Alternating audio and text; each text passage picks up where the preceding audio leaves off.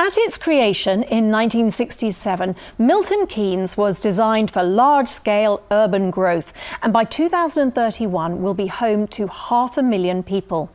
Britain's most famous new town is looking to the future and is using smart technology to meet the growing demand on its infrastructure.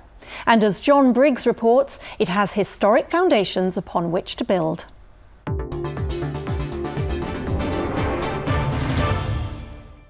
Bletchley Park, home to the codebreakers during World War II, and just a few miles from central Milton Keynes.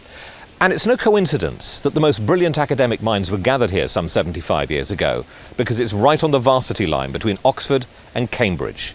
And that corridor is about to become important again. I think people forget Milton Keynes is double the size of Oxford, it's double the size of Cambridge. Our economy is bigger than Liverpool. We overtook Sheffield in terms of economy size last month. So it's about making sure that people really know the size and scale of Milton Keynes. Milton Keynes is a tiny village in the heart of North Buckinghamshire.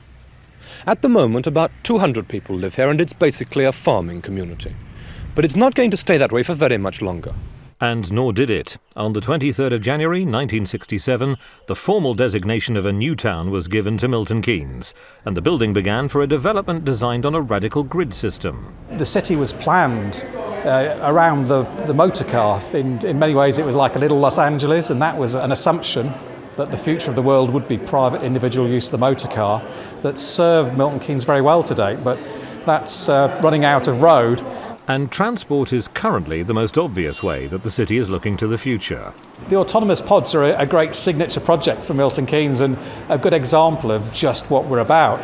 We started thinking about that maybe 5 or 6 years ago when people were a bit sniggery and laughed a wee bit about it, but now they realise it really is a serious project. Alongside the pods, you'll find a robot home delivery service, all designed to minimise the city's carbon footprint. Well, in thinking about the city for the future, one of the things we discovered very early on is it's folly to try and think that you can create or plan the future in a lot of detail. So the approach we've taken is to develop really strong partnerships with the private sector, with universities and with our communities so that we can create things together. Milton Keynes was always supposed to be a place where partnership and collaboration were championed. And with the recent MK Smart initiative, it intends to lead the way by becoming Britain's Silicon Valley.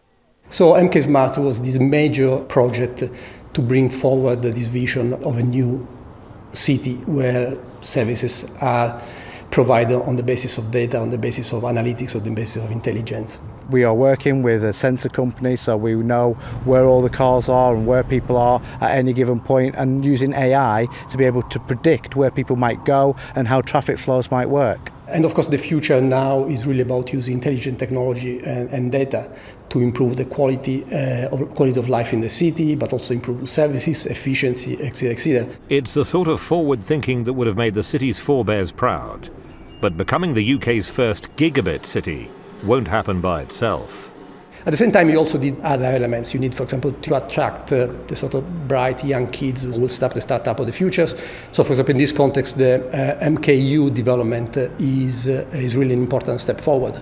MKU is the new undergraduate university planned for 2023, and as one of the few urban areas of its size not to have its own bricks and mortar university, it's a vital part of the project. For the programme director, Professor Lynette Riles, none of this future development can happen without it.